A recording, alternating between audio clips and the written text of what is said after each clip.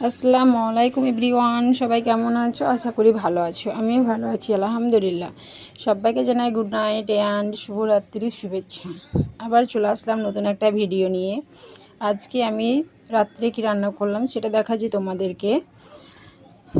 Soybean দিয়ে, আলু দিয়ে, বেগুন দিয়ে, মটরশুঁটি দিয়ে আজকে তরকারি করব।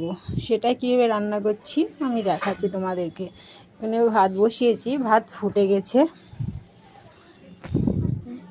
আর এদিকে আমি কড়াইয়ে তেল বসিয়ে দিয়েছি গরম করার জন্য।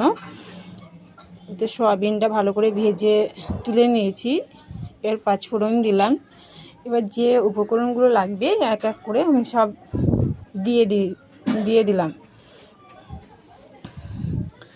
ও হলুদ, ধনের গুঁড়ো, লঙ্কার গুঁড়ো, লবণ, আর বাইরে রাখা ছিল আদা, রসুন, জিরের পেস্ট। সব এক এক করে দিয়ে ভালো করে মশলাটাকে কষানোর পরে মশলার মধ্যে আমি দিয়ে দেব আলু আর সয়াবিন। দেখো এক এক করে সব মশলা আমি দিয়ে দিচ্ছি। হালকা একটু জল দিয়ে দিব, দিয়ে মশলাটাকে ভালো করে কষিয়ে নেব। কষানো হয়ে গেলে ওর মধ্যে আমি সয়াবিন আর আলুটাকে ভালো করে কষিয়ে নেব। যখন দেখবো এটা কষানো হয়ে গেছে তখনই আমি ওর মধ্যে আলু অ্যাড করে দিলাম।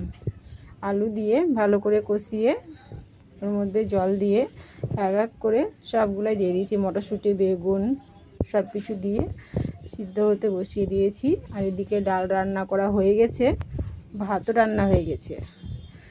চলো টাটা বাই, দেখা হবে আবার নেক্সট ভিডিওতে। আমার এখানে তরকারি রান্না কমপ্লিট। আর আজকের মেনু হচ্ছে এই তরকারি, ডাল আর মাছ। ভিডিও ভালো লাগলে লাইক, কমেন্ট, শেয়ার করে দিও। আর সবাই বেশি বেশি করে সাপোর্ট করো। চলো টাটা বাই, সবাই ভালো থাকো, সুস্থ থাকো। চলো আল্লাহ হাফেজ।